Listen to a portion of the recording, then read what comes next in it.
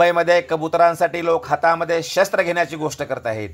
कोल्हापूरचे लोक हत्तीसाठी रस्त्यावर उतरत आहेत. आणि संगमनेरमध्ये एक कीर्तनकार मला धर्मासाठी नथुराम गोडसे व्हावं लागेल अशा प्रकारच्या वल्गना करतो आहे. त्याच वेळेला पुण्यामध्ये अथर्व सुदामे नावाच्या एका रील स्टारने सर्व धर्मसमभावाचं संदेश देणारा रील्स केल्यामुळे त्याच्यावर लोक तुटून पडले आहेत. धर्माचा असा गदारोळ सुरू आहे आणि या गदारोळामध्ये शेतकऱ्यांच्या प्रश्नाकडे सर्वांचं दुर्लक्ष झालेलं आहे.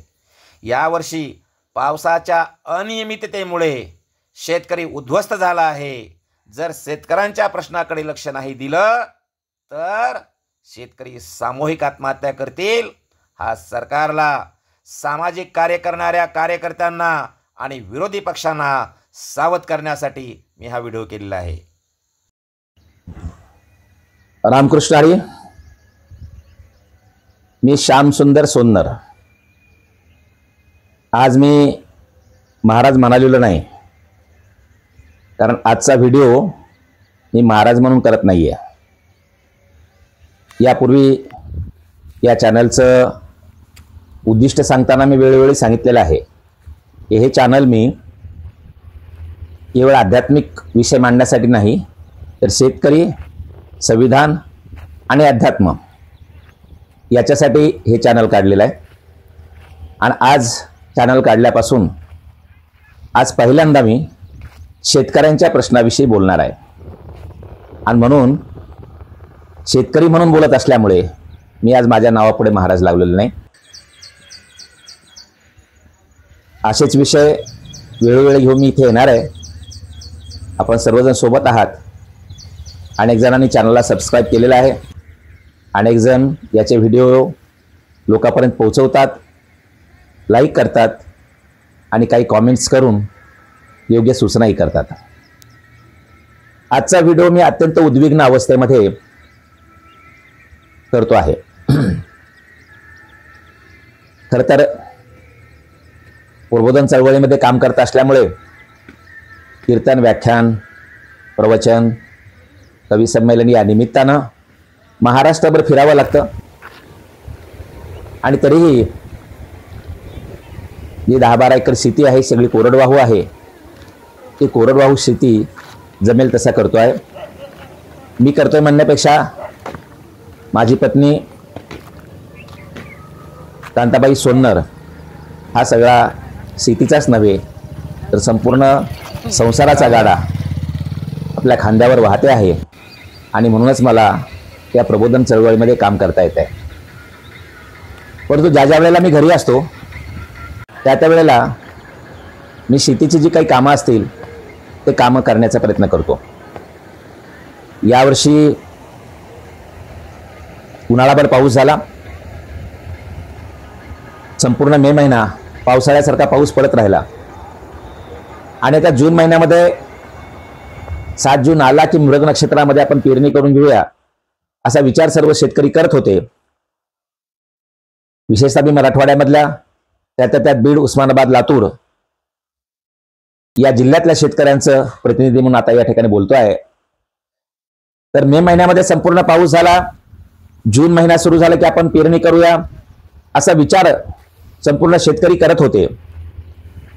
परंतु जून महिना उजाडला आणि पावसाने उघडीप घेतली. जून महिना जवळजवळ संपत आला. पुढे वारकरी असल्यामुळे आणि संविधान समता दिंडीचा चालक म्हणून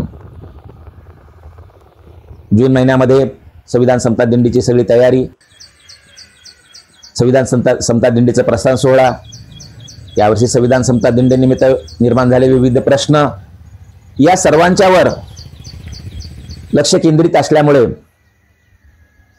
शेतीकडे थोडं सुद्धा लक्ष देता आलं नाही. आणि मुळात पाऊस नसल्यामुळे बाकीचं काही करणंही शक्य नव्हतं. आज पाऊस पडेल, गावाकडे फोन करून पडला की नाही वगैरे चौकशी करत राहिलो. सगळेच वारकरी करत होते. परंतु आषाढी संपली तरी पाऊस सुरू झाला नव्हता.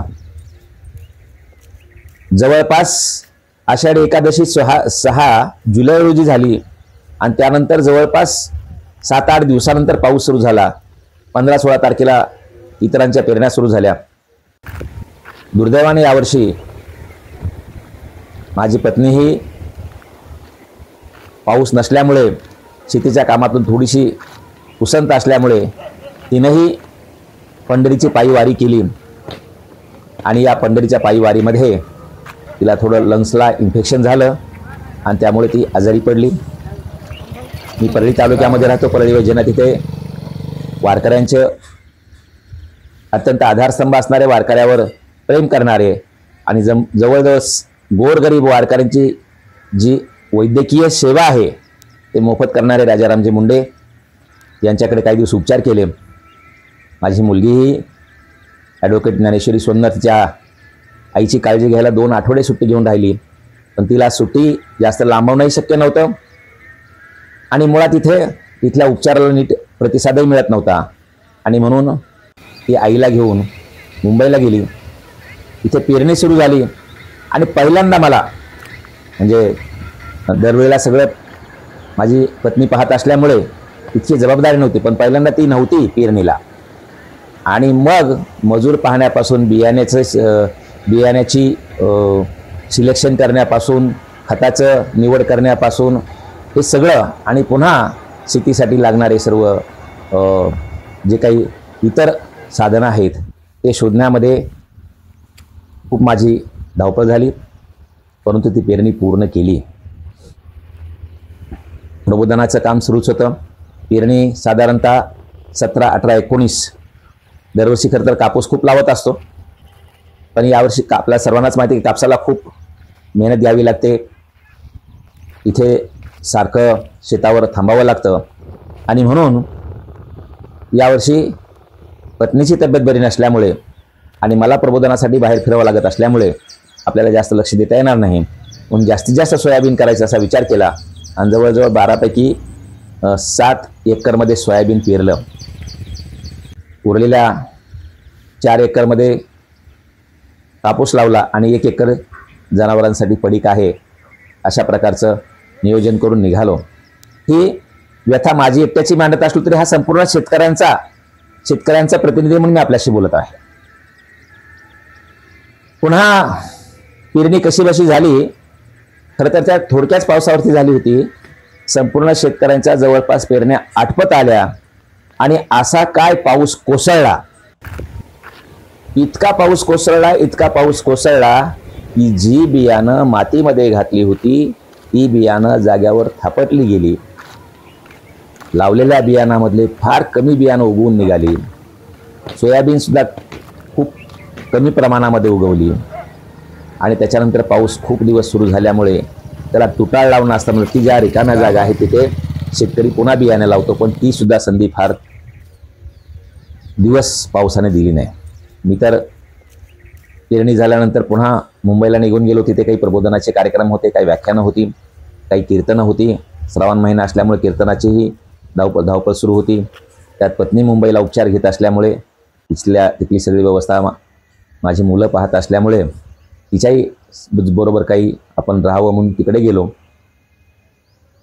परत येईपर्यंत सगळे फोन करून सांगत होते की महाराज आम्ही तुटाळ लावतोय, तुम्ही पण तुमच्या शेतात पण खूप तुटाळ झालेली आहे, तुम्ही लावून घ्यायला या वगैरे, परंतु तशी काही मला संधी मिळाली नाही. इतर शेतकऱ्यांनी सुद्धा 2-2 वेळा 3-3 वेळा त्या रिकाम्या जाग्यावर बियाणं लावलं, पण पुन्हा पावसानं उघडीत दिली. एक डबू पैसा नावाचं एक कीटक आहे, त्या कीटकाने लावलेलं बियाणं खाऊन घेतलं आणि अशा तऱ्हेनं आता पेरणी होऊन 2 महिने होत आले, 1.5 महिना झालेला आहे. खरं तर पोळ्याला, बैल पोळा नुकताच 2 दिवसापूर्वी झालेला आहे. खरं तर पोळ्याला कापसाचं 1-2 बोंड तरी फुटलेले असतात आणि बैलाला ओवळण्यासाठी नवा कापूस येतो. सोयाबीनला चट्टे लागलेले असतात, शेंगा सुटायलेल्या असतात. मूग तर जवळपास काढून झालेला असतो आणि इतर पिकं अशी जोमात असतात. परंतु यावर्षी आज पोळा झालेला असताना सुद्धा जर पिकं पाहिली, त्यातले काही फोटो मी आणि काही व्हिडिओ मी मुद्दाम काढलेले आहेत. ज्या वेळेला थोडीशी उघडीप झाली म्हणून शेतकरी शेताची कामं करणार होती, एवढ्या मध्ये ढगफुटीसारखा प्रचंड पाऊस पडला. संपूर्ण रानामध्ये पाणीच पाणी झालं. नदी मध्ये पाणी मावलं नाही, नदी त्या पाण्याला सामावून घेऊ शकलं नाही, म्हणून पाणी शेतामध्ये घुसलं. आणि त्या पावसाने जे काही थोडेफार पिकं उगवलेली होती, ते उगवलेले पिकं सुद्धा जवळपास पावसाने वाहून गेली. अशा प्रकारे आज लाखो रुपयाचं बियाणं, शेकडो हजारो रुपयांचा खत मातीमध्ये घातलेलं आहे, जमिनीमध्ये पेरलेलं आहे. कापसावर फवारणीसाठी, सोयाबीनवर फवारणीसाठी औषधं घरी आणून ठेवलेली आहेत. पण पाऊस मात्र ही फवारणी करण्यासाठी संधी देत नाही. पाऊस सारखा सुरू आहे. आता सुद्धा बाहेर पाऊस पडतो आहे आणि मी या ठिकाणी आपल्याशी बोलतोय. इतका शेतकरी अडचणीत आहे. खरंच शेतकऱ्याला एकदा बियाणं पेरणं अवघड असतं. आता जवळपास या आघाताच्या पिकाचं, संपूर्ण खरीपाच्या पिकाचं संपूर्ण बियाणं आणि पेरणीबरोबर घातलेला खत हा वाया जातो आहे. ज्या शेतकऱ्यांचं संपूर्ण जीवन हे आपल्या शेतीवर अवलंबून आहे, त्याला एकदा बियाणं घालणं अवघड होतं. तर तो निघालेल्या पुढच्या उत्पन्नावर तो रबीच्या पिकाची तयारी करत असतो. पण यावर्षी खरीपाचं संपूर्ण पीक वाया गेल्यामुळे रबीचं पीक कसं करायचं, रबीची पेरणी कशी करायची असा प्रश्न तिथे समोर. संपूर्ण शेतकऱ्यांची अवस्था अत्यंत वाईट आहे. शेतकरी अत्यंत अडचणीत आहे. पण आज आता हे सगळं तुम्हाला निवेदन केल्यानंतर या पार्श्वभूमीमध्ये महाराष्ट्राच्या सामाजिक, राजकीय आणि आध्यात्मिक पटलावर चर्चा कोणाची आहे? इतका जर गंभीर प्रश्न शेतकऱ्यांचा असेल, शेतकरी जर इतके अडचणीत असतील, तर त्याच्याबद्दल कोणीतरी काहीतरी बोलायला पाहिजे होतं. विरोधी पक्षाने तरी किमान काही बोलायला पाहिजे होतं. आता असणाऱ्या सत्ताधारांनी सत्तामध्ये येत असताना की आमची सरकार आल्यानंतर आम्ही पहिल्या मंत्रिमंडळाच्या बैठकीमध्ये शेतकऱ्यांची कर्जमाफी करू अशा प्रकारचं सांगितलेलं होतं. पण अजूनही तशा प्रकारचा निर्णय झालेला नाही. शेतकऱ्यांना मदत देण्याच्या संदर्भात कोणत्याही प्रकारच्या घोषणा झालेल्या नाहीत. किंबहुना आतापर्यंत गेली काही वर्ष शेतकऱ्यांचा विम्याचा जो प्रीमियम भरायचा आहे तो सरकार भरत होतं. पण यावर्षी ती सुद्धा शेतकऱ्यांची संधी काढून घेतली आणि शेतकऱ्यांनी आता स्वतः विम्याचे पैसे भरलेले आहेत. पण पुन्हा तो विमा मिळण्यासाठी पीक पाहणी करा, ते ऑनलाईन करा, अशा प्रकारचं अटी घातलेल्या आहेत. मला सांगा किती किती शेतकरी एवढे टेक्निशाली असतील? माझ्यासारखा मुंबईमध्ये राहिलेला माणूस आणि जास्तीत जास्त सोशल मीडियाचा वापर करणारा माणूस सुद्धा पीक पाहणीसाठी, ई पीक पाहणी करण्यासाठी अजूनही माझ्याकडून ते झालेलं नाही. तर इतर शेतकऱ्यांची काय अवस्था असेल? आणि म्हणून अशा प्रकारच्या अटी म्हणजे शेतकऱ्यांचं दुःख कमी तर करायचं नाही, उलट त्या शेतकऱ्यांचं दुःख कसं वाढेल असे या वर्षाला या ठिकाणी सरकारकडून केलं जात आहे.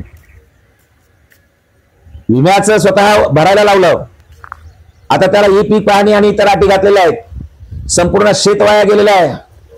पण शेवटी विमा तरी पदरात पडेल की नाही अशी चिंता शेतकऱ्यांच्या मनामध्ये. एखादं नुकसान झाल्यानंतर त्या शेतीला काही अनुदान देण्याचं, काही नुकसान भरपाई देण्याचं प्रावधान असतं. पण तशा प्रकारची सरकारकडून अजून कुठलीही गोष्ट केली जात नाही. शेतकऱ्यांचं इतकी अडचण, इतकं त्रासात शेतकरी असताना, एवढ्या संकटात शेतकरी असताना याबद्दल विचार करण्याची सरकारला उसंत नाही, फुरसत नाही. आणि त्याच वेळेला सामाजिक जीवनामध्ये तरी, सार्वजनिक जीवनामध्ये तरी कोणत्या विषयाची चर्चा आहे? मुंबईतल्या लोकांना चिंता आहे की कबूतर राहू द्यायची की नाही राहू द्यायची. त्या कबुतराच्या प्रश्नावर न्यायालयापर्यंत लोक जाऊ लागलेले आहेत. आणि म्हणून मुंबईमध्ये कबूतर आणि तत्संगाना अनुषिक असणारा धर्म आणि कबुतरांना ज्यांना कबुतरांचं प्रेम आहे असे लोक आम्हाला कबुतरासाठी प्रसंगी हातामध्ये शस्त्र घ्यावं लागेल. आम्ही संविधान मानत असलो तरी जर कबुतराला काही केलं, आम्हाला कबुतराला आमचे कबूतर ठेवले नाहीत तर आम्हाला शस्त्र हातात घ्यावं लागेल, आम्हाला संविधान मोडावं लागेल असं सांगायला लागले. इकडे मुंबईत कबुतरांचा प्रश्न वर आलेला आहे, कोल्हापूरला हत्तीचा प्रश्न वर आलेला आहे. कुठली तरी एक हत्तीन इथं मंदिरात ठेवायची का ती अंबानीच्या कडे पाठवायची? तिकडे पाठवली तर काय होईल? म्हणजे कोल्हापूरकडे ती चर्चा आहे. संगमनेरला एका कीर्तनकारांना म्हणजे शेतकऱ्याच्या प्रश्नापेक्षा, वारकऱ्यांच्या प्रश्नापेक्षा आपल्याला नथुराम गोडसे व्हावं असं वाटतंय.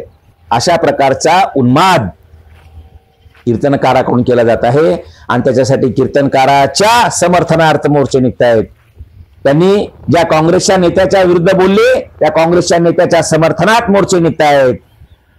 अरे तुम्ही नथुरामच्या समर्थनात मोर्चे काढता, तुम्ही एखाद्या पुढाऱ्याच्या समर्थनात मोर्चे काढता.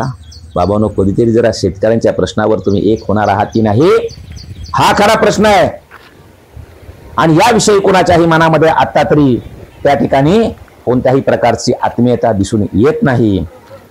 ही परिस्थिती जर अशीच राहिली, आणि मला वाटतं हे जे काही प्रश्न, नथुरामचा प्रश्न असेल, कबुतरांचा प्रश्न असेल, हत्तीचा प्रश्न असेल, हा असा चिघळत राहिला पाहिजे अशी कदाचित काही लोकांची इच्छा असली पाहिजे. का चिघळत राहिला पाहिजे? जर हा प्रश्न चिघळत राहिला तर या शेतकऱ्यांच्या पोरांचे, शेतकऱ्यांच्या कुटुंबियांचे लक्ष कधीही त्यांच्या प्रश्नाकडे जाणार नाही, तर ते धार्मिक प्रश्नामध्ये आपलं जगणं शोधायला लागतील.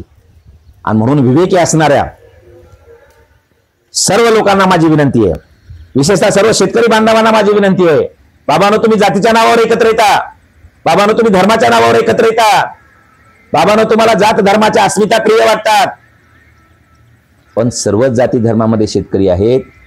या शेतकऱ्यांनो, तुम्ही कधी तुमच्या प्रश्नासाठी एकत्र येणार आहात? आज मी कुठल्याही एका जातीबद्दल नाही बोलणार, पण सर्वच जातीच्या अस्मिता ह्या तीव्र आणि टोकाच्या झालेल्या आहेत.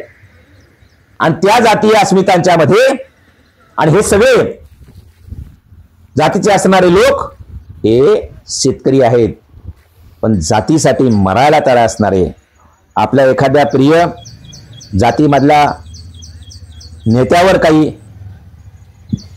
आरोप झाले, नेता जर चुकीच्या प्रकरणात सापडला तर त्याच्या समर्थनार्थ त्या जातीचे लोक उभे राहत आहेत. काही वेगळ्या कारणासाठी जात म्हणून एकत्र येत आहेत. दोन जातीमधले लोक किंवा जे संविधानानं ओपन आणि ओबीसी अशा प्रकारचा एक प्रावधान घातलेला आहे, ते ओबीसी आणि मराठा या माध्यमातून एकमेकाच्या समोर उभे राहत आहेत आणि मूळ आपल्या प्रश्नांना, शेतकरी म्हणून असणाऱ्या प्रश्नांना विसरत आहेत. ही खरी दुःखाची बाब आहे. तुम्ही तुमच्या प्रश्नासाठी, जात म्हणून तुमच्या प्रश्नासाठी तुम्ही जरूर लढा, पण तुमचे खरे प्रश्न जर सुटणार असतील तर ते प्रश्न शेतकऱ्यांचे प्रश्न आहेत. आणि शेतकऱ्यांचा प्रश्न सुटला तर तुम्हाला इतर प्रश्नाच्या बद्दल लढायची गरज उरणार नाही. पण ही जाणीव तुम्हाला होऊ नये, हा हक्क तुम्हाला कळू नये, आणि म्हणूनच जाणीवपूर्वक जातीय धार्मिक अस्मिता तेवढे केल्या जात आहेत. आज तरुणांच्या मनामध्ये तर फक्त आणि फक्त धार्मिक विद्वेष घुसवलेला आहे. आणि म्हणून आता बाहेर पाऊस पडतोय, कालच अत्यंत गुडघाभर असणारा तण, त्याच्यामध्ये विधभर असणारा कापूस तो मोकळा करण्यासाठी मी आता 4 दिवस घरी आलेलो आहे. या 4 दिवसामध्ये वेगवेगळ्या ठिकाणच्या महिलांना एकत्र करून ती शेती खुरपून घेतली. त्याच्यामध्ये खूप अशा प्रकारची तुटाळ राहिलेली आहे कापसामध्ये. आज कापूस हा सुरुवातीला म्हटल्याप्रमाणे की तो आता त्याचं बोंड फुटायला सुरुवात व्हायला पाहिजे होती, तो आता इतभर आहे. आणि माझीच अवस्था अशी नाही. मी काही फोटो या व्हिडिओच्या दरम्यान टाकलेले आहेत, ते फोटो आपण पाहू शकता. काहींचा विधभर आहे, काही तर जळून गेलेला आहे, काहींचे शेत जागच्या जागेवर खूप काळी पडलेली आहेत. अशा प्रकारची अवस्था आज शेतकऱ्यांची असताना मी आपल्या सर्वांना विनंती करतो की जातीमधून धर्मामधून बाहेर या आणि शेतकरी म्हणून तुमच्या प्रश्नासाठी लढा. शेतकरी म्हणून तुम्ही ज्या वेळेला एक व्हाल त्यावेळेला शेतकरी म्हणून असलेली आत्मीयता सर्वांना एकत्र आणेन. आणि म्हणून आजच्या व्हिडिओच्या माध्यमातून जात धर्म पंथ प्रांत हे विसरून तुम्ही शेतकरी म्हणून एकत्र यावं आणि आपल्या हक्कासाठी लढावं अशा प्रकारचं आवाहन करतो. रामकृष्ण हरी, रामकृष्ण हरी.